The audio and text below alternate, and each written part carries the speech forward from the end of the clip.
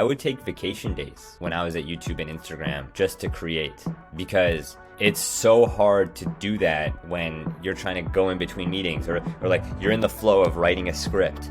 Boom, ping from your boss. And what do you, like, you got to prioritize that, right? That's your job. Like the creation was the hobby. So I was like, you know what? Like if I want to just have more headspace and make content creation the thing that I focus on a day-to-day basis, I just have to go for it. Welcome to the Video Entrepreneur Podcast powered by Uscreen. This is your host, Rob Balasabas, Head of Partnerships here at Uscreen. And in this episode, PJ and I are talking with Jon Youshaei about YouTube, the creator economy, and monetization. Jon was at YouTube for 5 years, where he worked with top creators and celebrities to help them grow their audiences and their incomes. And over the last 3 years, Jon worked at Instagram on the creator economy, and so he has an amazing track record working with creators.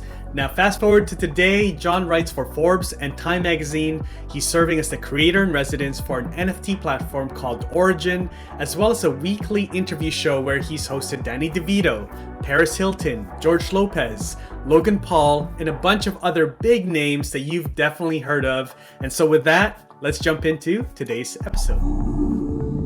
All right, guys. Well, welcome back to another episode of the Video Entrepreneur Podcast. PJ, how are things going over there in DC? They're great. Weather is beautiful, and I'm happy to be here, Rob. And we got a really cool guest with us today, so I'm excited. Yeah. Let's just jump right into it. So let's bring Jon on. Hey, Jon, how's things going? You're on the West Coast, right? Yes, sir. I'm in Los Angeles, just living that stereotypical life, you know? Nice. That stereotypical LA life. Yeah, man, that's Yes, awesome. You've had an exciting last few weeks. You were just saying, getting married. Congratulations. Interview Yes. with Paris Hilton. Yeah. Very There nice. you go. Awesome. PJ's joining the club. What, next year, I think? Next year. PJ, that's right. my man. All right. That's right. I'm excited. Dude, let me know if you want any wedding planning tips, and I will pass you along to my wife, because she did all the heavy lifting. You did everything. Yes. Remember that. That's awesome. Well, Jon, I think it might be really good. I think, a lot of our audience members already know who you are and what you do, but let's just do a quick introduction. So take a minute, who you are, what you do, and kind of what you've been working on for the last little bit. Absolutely. What's up to all my video entrepreneurs? Is that what you call it, the community, or Yes. Vitrepreneurs? There you Rob, go. we got to consolidate that, man. It's video entrepreneurs. It's too long. My name is Jon, and what's the best way to summarize? I guess I've been working in the creator economy for 8 years, 5 at YouTube, 3 at Instagram, and just have gone from corporate to creator. I just saw like so much of what I was doing on the side. I was just trying to create, make videos. When Clubhouse is taking off, to host Clubhouses, Twitter Spaces now, and as I saw more and more opportunities come in, and I saw the pendulum swinging to like a creator really being an entrepreneur and being a business person, to go to the title of this podcast, I was like, you know what? I would be kicking myself if I didn't try to at least do this with more focus than putting it on the side that I have been. So it's kind of like, it's been an interesting journey to go. I like to think about it like, if you're in the NBA, I went from like the front office of the NBA and seeing all these players and coaching them and helping them, to being like, maybe I should play on the court, and maybe I'll get dunked on.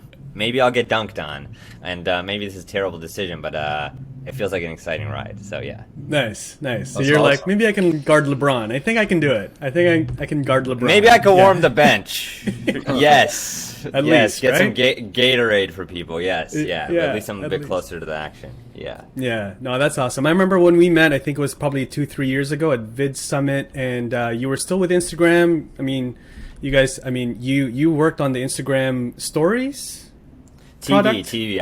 I remember that Instagram moment, TV. because Daryl at VidSummit is like, all right, Jon, you're going at the first keynote to open everything. I'm like, Daryl, like, what? Like the 9 a.m. But I had a good reception. And Daryl's a great friend, and he always looks out for me with VidSummit. So yeah. I remember meeting them. That was a good time. Yeah. Pre-pandemic. Pre-pandemic. Pre-pandemic, yeah, exactly. Well, like I said, you just did this interview with Paris Hilton. Congratulations, by the way.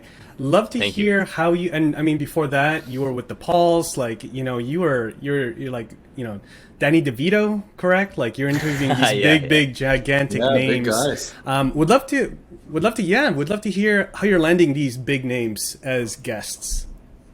So what I realized is all about timing and like finding the right like partners to be involved, and then some of it, I mean, a lot of it is relationships. So I could take those like one by one. Paris Hilton, she was launching her NFT, and that relationship and introduction came all because of Origin Protocol. They're this NFT platform, one of the biggest in the game, that kind of pioneered some of these like big launches. Like they did Blau, who is that DJ who really like had one of the biggest drops. I think it was 12 million or 11.9 million dollars in sales back in 2020. So like way early if you consider the trajectory of these things. And so they've been working with different celebs like George Lopez, Paris Hilton being another one of them. And I've come in as their creator in residence, and I do their interviews. So and that's, funny enough, started as a relationship 3 years ago. I met their founders at a conference. Funny enough, one of them gave me my first bit of Bitcoin, a tiny bit. If you're listening, I didn't get a full Bitcoin, but Josh Frazier is one of the co-founders. Like, I want you to check out what this blockchain, what crypto is all about. And we kept in touch. And when I started hosting these rooms on Clubhouse for NFT drops, and people, they're like, hey, how would you like to do this for us and our celebrities and some of the people we have in the pipeline? And so, we just started talking, and I started doing these like interviews, and then Paris Hilton is like one of their investors. And so it's just kind of crazy that the stars aligned. And so they help with the introduction. Then I thought creatively about like, okay, let's do an interview. I also like, I'm like, what, there's such interesting things about the metaverse and real life. Why don't we have like a visual that's just like crazy? And that's what I think the video we made with her now has over 10 million views across socials, and being reposted all over the place. And so, I could talk about the other intros, but that was the most recent one with like Paris and how that came about. The relationships really it, hey? That's it. A big time, especially if you don't realize like where it's going to go. Like I met I literally was walking in the hallway of a conference, and I just met one of their co-founders, and I was just asking questions because I was like, wow, like, you guys are very involved in, say, 2017, I think it was Hyatt Regency, San Francisco, the blockchain conference. There's very few people there relatively to how much are interested now. And we just reconnected when I was hosting rooms on Clubhouse, and boom, that turns into things like this. It's crazy. Pretty awesome. That's awesome. Yeah. Happy to see that. Relationships go a long way, especially through like the partnership that you've built with the different companies that you're working with. They're able to make great introductions, and there's a lot of synergy there. I love that. So that's a great way to just kind of get in front of some big names and start really good conversations early on. So that's pretty cool. John, I try. You try and it works. Do you do any kind of monetization? You sell online courses, memberships, anything like that? Are you monetizing in any way, or any of the creators that you've had? If you're not, any of the creators that you work with, like what are some of the popular ways they're monetizing? Oh, well, I mean, yeah, I get AdSense on my YouTube videos. I did a brand deal with Stir. That's like a financial studio for we creators. know those guys. They're doing a lot of cool stuff. Yeah, they're an amazing team, and work on a few other brand deals as we speak. And I do consulting for different folks. So yeah, I think I monetize in probably it's not as much at scale as some of these other creators. But that's like some of the ways that, I've been monetizing, because I'm really trying to think about how do I create a business where I could reinvest and make the best content possible. You know what I mean? So, those are a few of the ways, ongoing, retainer agreements and AdSense and Shorts Fund, and, all those things kind of add up as what I've noticed is they kind of cobble together in income. Yeah, right? that's cool. I'm guessing you don't sell any NFTs yet, right?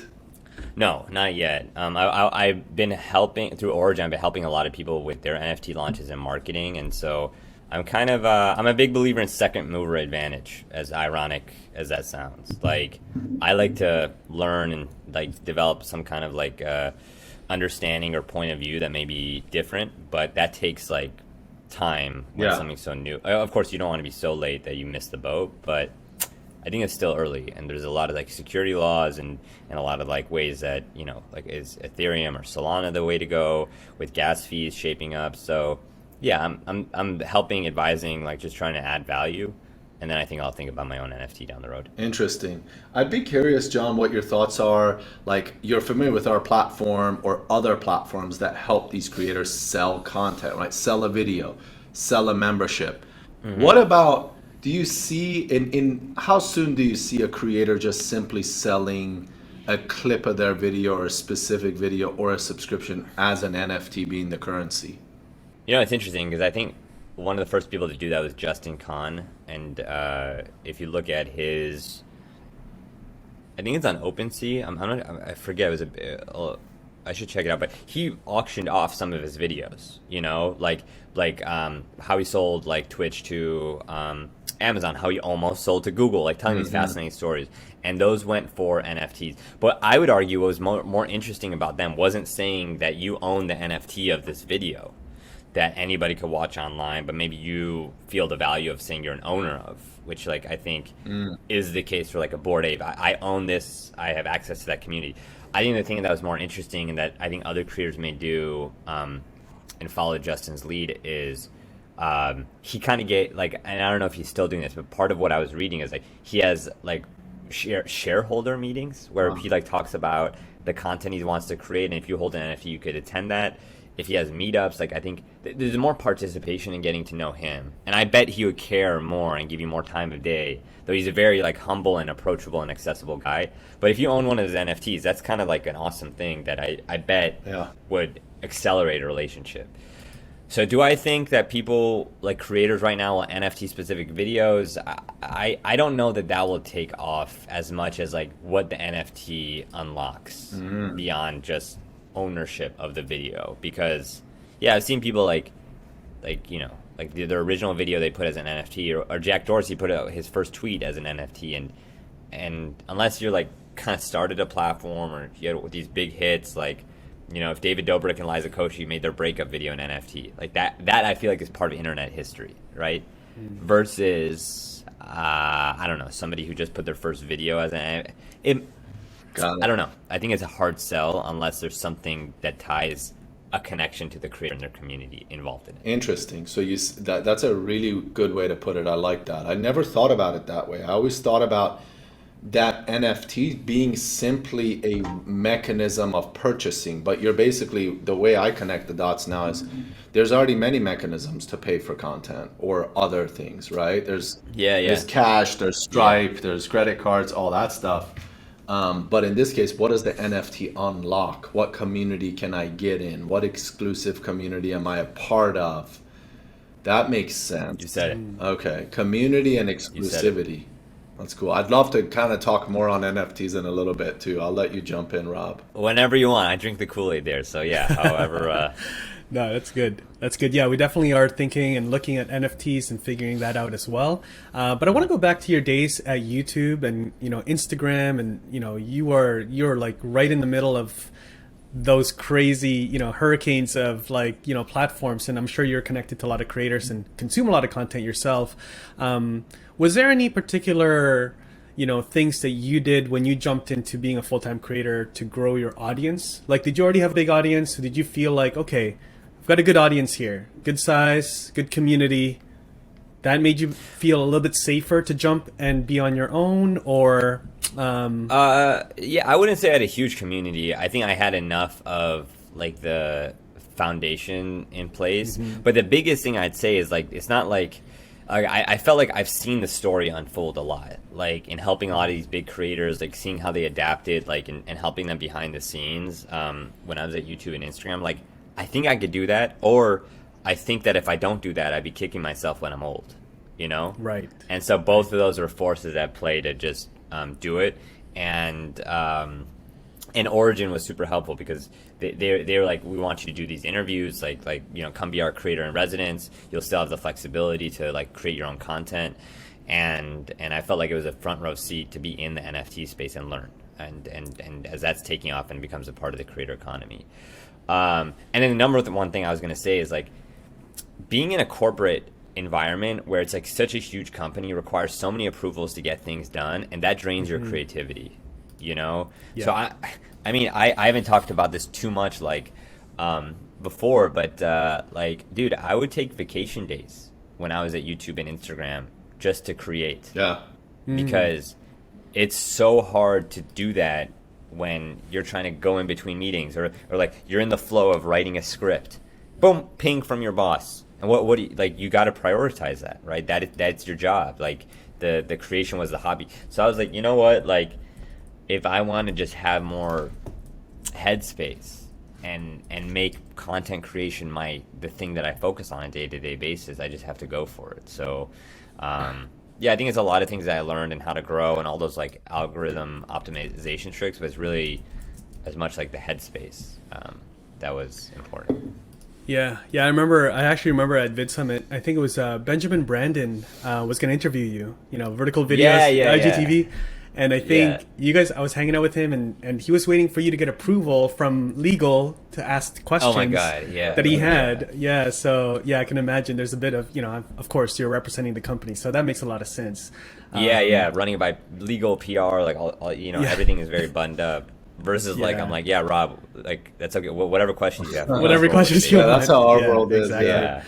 Yeah. So some red tape is good. I mean, they have to like think about like, public opinion and stock prices. Like there's a lot of polish and professionalism that I've learned that I now adapt to. Like if I'm interviewing Paris Hilton, I'm going to put together the most comprehensive like interview doc and like think about like how and put together a storyboard for like those reels and TikToks we create before we actually do it, because they need to approve.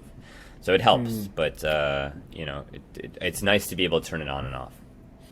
Yeah, I mean, with that being said, I mean, your channel is growing. You obviously have like some big names here. What are some things that you can share with our audience? Because a lot of them that are listening, watching right now, they're looking to grow their YouTube channel one way or another. They want to be on YouTube. You're doing shorts, you're doing long form, short form, right? What's the sort of the idea behind and the sort of the strategy behind your YouTube channel? And do you have a team for your YouTube channel? Yeah. So, and what you see on my YouTube channel, if you go to youtube.com/Youshaei, is like phase one of where I want to get to this year. But if you're listening to this right now and you're a creator, a video entrepreneur, like you're living in like the second renaissance of being a digital creator. I really believe that. The first one was like YouTube and video and photos and Instagram, kind of the core things that made these platforms what they are. Today, the second renaissance is brought to you by short form video. Like short, it's just crazy. Like, and this won't last. It never lasts. Like this kind of like crazy, like traction of a new format. It's just that whenever I see an imbalance of supply and demand, which I would define as like increased demand, eyeballs. Like, is a platform doing something to their platform that's going to put more like eyeballs in front of a certain format? Yes. Instagram's doing it with the Reels tab. TikTok's been changing a lot. They're like making their videos longer because they're trying to go upstream versus like Instagram and YouTube are trying to go a bit downstream. But shorts, there's a shorts tab. The shorts are being pushed in the actual like homepage, especially on mobile. So like shorts if you're starting out, right? And if I think about what's the short strategy with the rest of your videos, well, there's two schools of thought. It's like have a separate shorts channel or have a channel that has shorts and long form. And I think at that point it comes down to like, what is the overall mission of your content? Do they align to the same thing? And for mine, what I found, I do these interviews with creators. And so I did Logan Paul, Mark Rober, Jake Paul, Matt Pat. We have 5 more in the can right now that we're going to have coming out like hopefully every week. But what I noticed is like anytime a short takes off, which is just a clip of these interview videos, and I do a lot, like I have an amazing editor that helps like kind of like like just make them more engaging than just seeing the person's face and subtitles. Yep. Like if that takes off, the long form video takes off too. Matt Pat's video got 5 million views, and because of that, that full interview started growing in views. So like, and now my goal is like 5 to 6 shorts per long interview, and then I'm gonna do more custom shorts that are just me talking to camera, sharing a story, sharing tips, advice, etc. But yeah, I think shorts, as long as you're thinking strategically about it, is just a wonderful way to grow right now. John, I got a quick Yeah, question. I like that. I like that strategy. Yeah, I love that strategy. Yeah, go for it, PJ. On I've heard the same, right? There's a bigger demand than supply for shorts, right? And these platforms are favoring shorts. So question is, how long will this favoring last for? Because you even said it won't be this wild forever. Would you say 1 more year, or will it, because things are moving quickly, how long will this virality of short form last? Even on Instagram, you see they're favoring shorts big time, the reels. I don't know, but the longer that goes by, the harder that it gets. So it's like not like at 6 months like this, like opportunity will cut off. Is like even reels are harder today to get discovered than 6 months That's ago. right. So it's just like the best time to start was yesterday. Yeah. And Second best is like it's like it's like LinkedIn is another platform. I see the same thing. You know, it's like they're still figuring out video, but it's like another place where there's an imbalance of views, like from users versus a supply of content from creators. So if you're a creator and you go on there, I think you'll start to see like benefits of like posting more often. So I'm trying to post there like once or twice a day. So yes, I don't know that it's a window that will close at a specific time. It's more of a window that if you see it happening, you got to jump in on it. Yeah, that's a good point. Yeah, you test a little bit. If it's gaining traction, you just got to go all in, just like anything else. But let's throw out a date. I'd say on September 10th, we'll see the window close. And what I meant by that, is it just like business. When it gets very competitive, it becomes more expensive to acquire customers. Yeah, right? for sure. So it's the same thing in For sure. this. It's just going to get harder to get views and build subscribers and all that stuff. So I think you're right. It's constantly getting more crowded and getting harder. Looking at it in a year from now, it's going to be completely different. Like the beginning of the pandemic, there were so many eyeballs that came on that you just saw the channels were exploding. The people that were already there doing it, they're exploding. Of course, those same eyeballs are still there, but there's a lot more creators. That's interesting. Yeah. And I also think about like this stat, like Rob, you probably remember it, like from TubeBuddy, where it's like to get 1 million subscribers, like the average creator has uploaded over 3,873 videos. To get 100K, it's like 1,000 videos.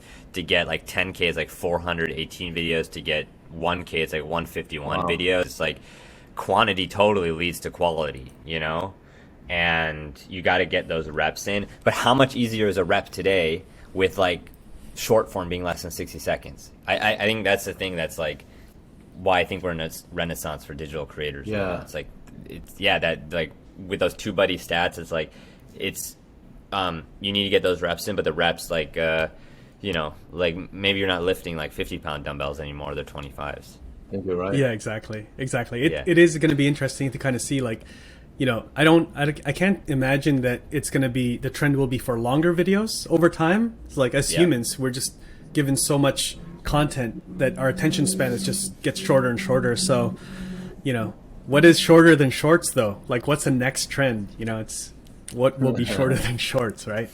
1 second. Yeah, 1 second videos. I don't know. Yeah. But it is easy, I think, but it is also a skill to keep somebody's attention for and deliver something punchy within 15 sequence. Yeah. Like it's For sure. That sounds easier, but it's also harder. Yeah. No, it's harder. What was it? There's a great quote from Abraham Lincoln, when he was talking about his speeches. It's like, if you want me to write I'm paraphrasing, but it's like, if you want me to write a speech that's like, 500 words, that'll be $500. If you want me to write a speech that's like 250 words, that'll be $1,000. Yeah. That's Because right. it does take more work to sometimes make it concise. I don't know if you said that quote or somebody. Right. But yeah, True. anyways, yeah, being concise is and being brief makes sense. is an art. Yeah. Yeah, I remember that one. That's a good one. All right, let's jump back into NFTs. PJ, I know I'm you got a really thought on excited that. about NFTs. So you said something interesting. You were like, it's going to take a while for you to indulge and learn about NFTs. I feel the same. There's a lot of buzz. There's a lot of things happening, but there's also regulations, education of the end user, and so much has to happen within NFTs. So what's your thought on NFTs and just things moving forward? Do you think it's a buzz period where there's a lot of virality, but people don't fully get it yet? When do you think that mass adoption will happen for the creator industry around NFTs? September 10th. I like the date. That's a big day for you. I like the date. I don't know. I think it's a struggle for me to say we're in a buzz period because so many people I talk to and I just think we're it's a technology and part of the creator economy that's here to stay. How it gets implemented and popularized is what we're still figuring out. So I don't know, and I'm really curious like what the security laws will be around it because there's a lot of stuff that's like kind of the Wild West right now, you know? Yeah. And so like for example, like one thing that's part of like quote unquote Web 2 that's like will it be part of Web 3 is you know when something's a paid promotion in a video, it says in paid promotion with or in paid partnership with, like it's a like there's regulations around that and there's disclosures. There's no disclosures right now around NFTs, and that has to be fixed. You know, it's like people can talk about projects, pump and dump, and all that stuff. It's like so. There's a lot of stuff like that I think will make it less volatile and safe. But the fundamental technology and the fact that you could buy into a community and have that community appreciate is really exciting, and I think unlocks a lot of use cases that wouldn't exist before. So I think it's here to stay, but how is what we're still figuring out. Yeah, it's good. That's actually it's a lot of like even before before this it was privacy issues with Facebook and YouTube and stuff, and then legal and laws and jurisdictions kind of followed after, right? So it seems like the same thing. Like technology's a little bit ahead, and then laws and regulations will sort of follow eventually. But Pretty awesome. I'm excited. yeah, that's good. I've got one more question for you, John. Before you run. But before we do that, let people know where to connect with you, find everything that you're working on, your interviews with all these big names. What's the best place? Yeah, check out my YouTube channel, youtube.com/Youshaei. I'm sure my last name spelling is somewhere here, but Youshaei. It has every vowel in there. Thank you, Mom and Dad, for that very immigrant last name. I'm very proud of it. And then, Instagram @Youshaei, Twitter. Like, I need to change it. If anybody knows anybody at Twitter, please help me. I'm trying to change my thing from every vowel, which is like every vowel in my last name used to be my cartoon series, to Youshaei, which I own both, but you kind of like switching them is hard when like you have that little blue check or whatever. But yeah, those are some of the places, and TikTok, etc. Yeah, all the places. But where can they check out Uscreen? That's a more important question. I guess they're checking it out right now, guys. If you're watching this, I guess you're already here. Yeah, exactly. You're already here. Smash that subscribe or follow button, whatever it looks for Rob. So he's there you go. Yeah. That's awesome. All right. Yeah, no, we'll have your links and everything. Okay, before you go, you went from in-house corporate marketing guy to full-time creator. So for the folks out there that are listening, looking to do this full-time as a full-time creator, what are some things that they should think about, think ahead, that maybe you didn't realize until you made that full-time jump? Well, I feel like I was thinking about it for so long. I think it's really about finding the right partners to work with. I had an editor that I've been working with for years, that has helped me on a lot of my videos, and so I was like, okay, I feel like if I make videos, I have a good editor that, I was doing it on my own at first, like he kind of gets my voice and helps elevate. And then the right partnerships and people to work with, like an Origin protocol, or if there's a company that you're like, okay, like if I work with them, like there's a way that we could both win together. But I don't know. I think the thing that I didn't realize jumping into it as much is like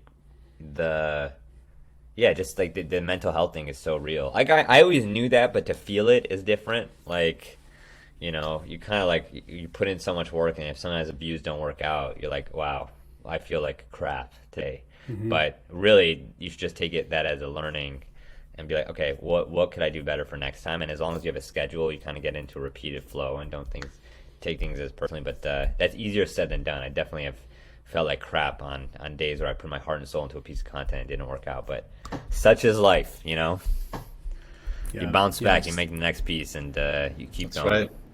On to the next one. Yes. Yeah. Awesome. Well, Jon, thank you so much for spending some time with us. Congratulations on all the success. Excited to see where you take off from here even more. So thanks for joining us. And PJ, Absolutely. thanks for hanging out as well. Pleasure, Jon. Really nice to meet you and chat with you as well. Likewise. And shout out to all the Vitrepreneurs out there. I'll see you guys all on September 10th. Well, all these predictions will hopefully come true. I hope you enjoyed that episode with Jon Youshaei. Make sure you're subscribed to the show so you don't miss any of the new episodes as they're published. And if you want to learn more about using Uscreen for your business, or if you want to become one of our affiliate partners, we have an amazing program. I'd love for you to head over to uscreen.link/podcast to get more information. And with that, I'll see you in the next episode.